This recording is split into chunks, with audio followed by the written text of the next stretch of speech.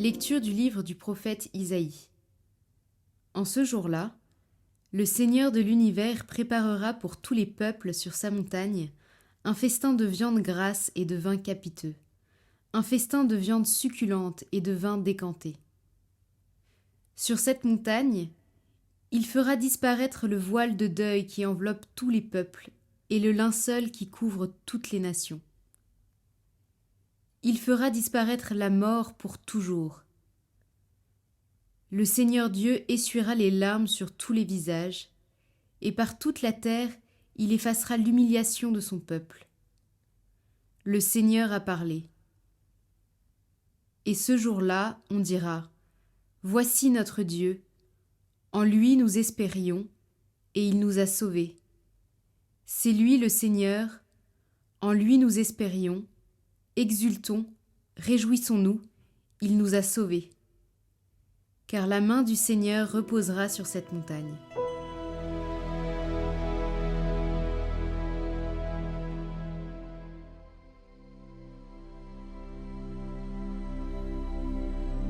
J'habiterai la maison du Seigneur pour la durée de mes jours. Le Seigneur est mon berger, je ne manque de rien. Sur des prés d'herbes fraîches, il me fait reposer. Il me mène vers les eaux tranquilles et me fait revivre. Il me conduit par le juste chemin pour l'honneur de son nom. Si je traverse les ravins de la mort, je ne crains aucun mal, car tu es avec moi. Ton bâton me guide et me rassure. Tu prépares la table pour moi devant mes ennemis. Tu répands le parfum sur ma tête, ma coupe est débordante. Grâce et bonheur m'accompagnent tous les jours de ma vie. J'habiterai la maison du Seigneur pour la durée de mes jours. J'habiterai la maison du Seigneur pour la durée de mes jours.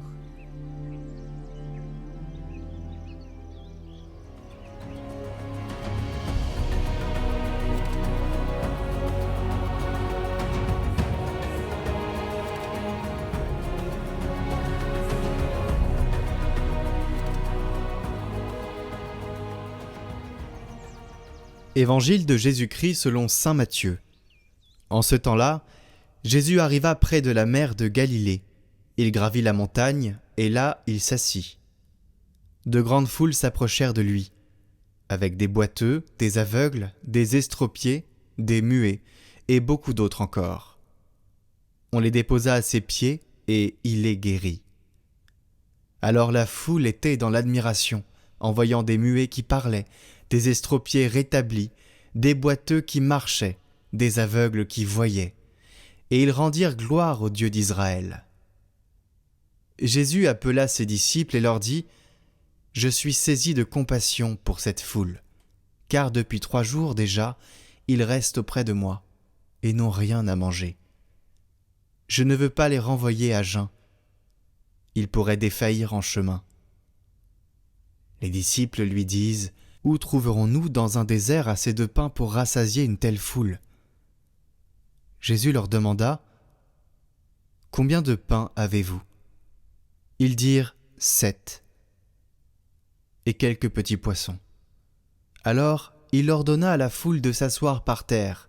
Il prit les 7 pains et les poissons, rendant grâce, il les rompit, et il les donnait aux disciples et les disciples aux foules. Tous mangèrent et furent rassasiés. On ramassa les morceaux qui restaient, cela faisait 7 corbeilles pleines.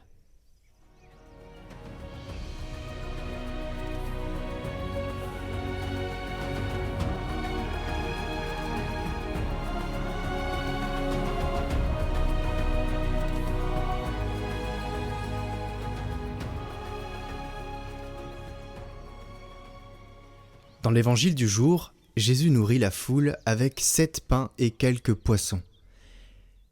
Ce chiffre n'est pas un hasard. Dans la Bible, le nombre 7 signifie la plénitude, l'alliance parfaite entre Dieu et l'homme.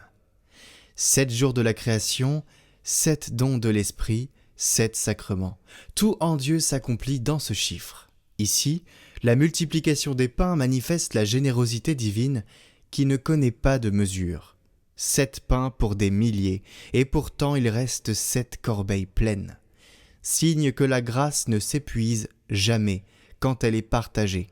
Ce miracle, parce qu'il s'agit d'un miracle, ce n'est pas juste une image, prolonge celui d'Élie, nourrissant la veuve, et annonce l'Eucharistie, le vrai pain du ciel. C'est pourquoi Jésus, avant de rompre le pain, rend grâce. Ce geste de bénédicité est une reconnaissance que tout bien vient du Père. Chaque fois que nous bénissons notre repas, nous prolongeons ce miracle discret, la multiplication de la gratitude qui rend nos vies fécondes. Vous avez bien entendu. Isaïe l'avait annoncé, Dieu préparera un festin sur sa montagne, où toute larme sera essuyée. Ce banquet préfigure le royaume où plus personne n'aura faim. Chaque Eucharistie en est déjà le gage. Dieu nourrit nos corps et nos âmes, comble notre désert intérieur, nous rassemble autour de la table du Christ. C'est la promesse d'une communion éternelle, remède d'immortalité comme disait saint Ignace d'Antioche. Vous rendez-vous compte qu'il réunit là la foule pour manger après avoir fait des miracles pour cette foule. Des boiteux, des aveugles, des estropiés, des muets et beaucoup d'autres encore. Alors nous aussi, venons à Jésus.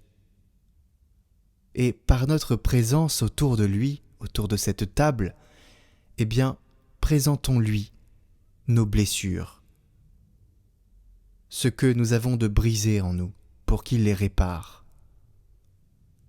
Parce que Jésus, dans cet évangile, nous montre qu'il a de la compassion infinie pour nous. Il nous aime.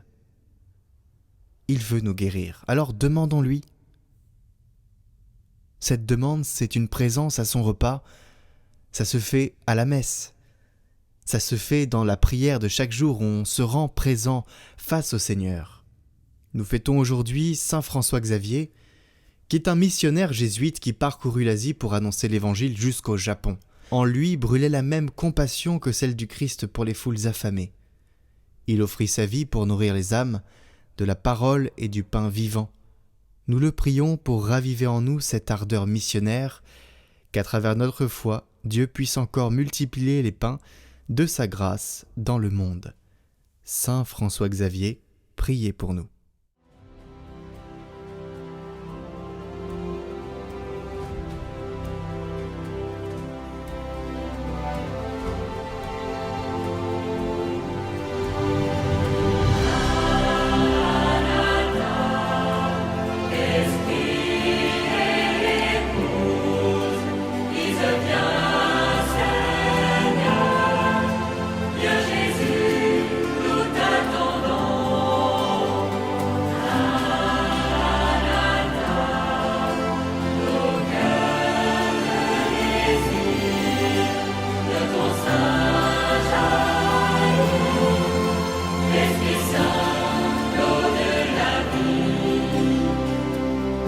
Sauvés par l'agneau de Dieu, nous marchons vers la victoire. L'ancien monde s'en ira, plus de mort, tu es la vie.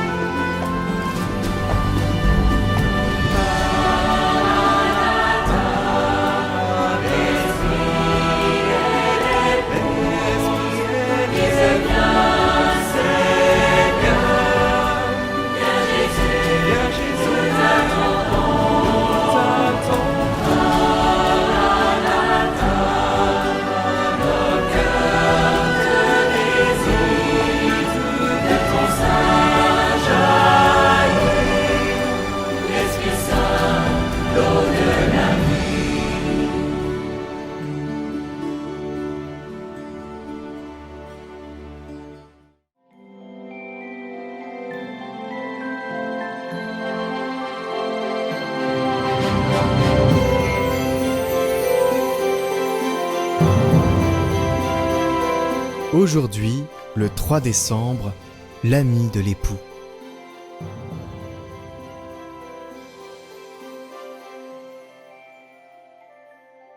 L'effort du jour, c'est, à travers les petits riens du quotidien, rayonner l'amour et la joie de Jésus auprès de ceux qui nous entourent.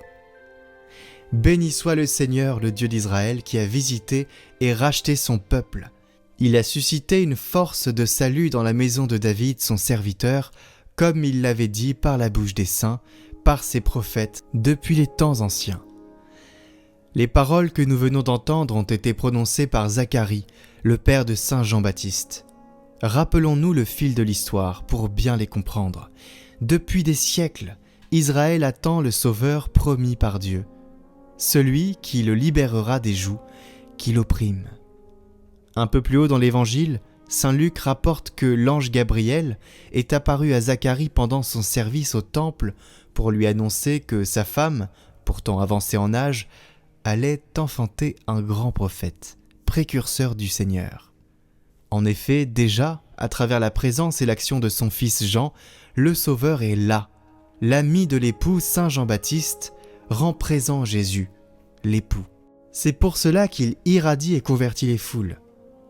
À notre tour, efforçons-nous de rayonner la présence de Jésus autour de nous en diffusant l'amour et la joie que nous recevons de lui.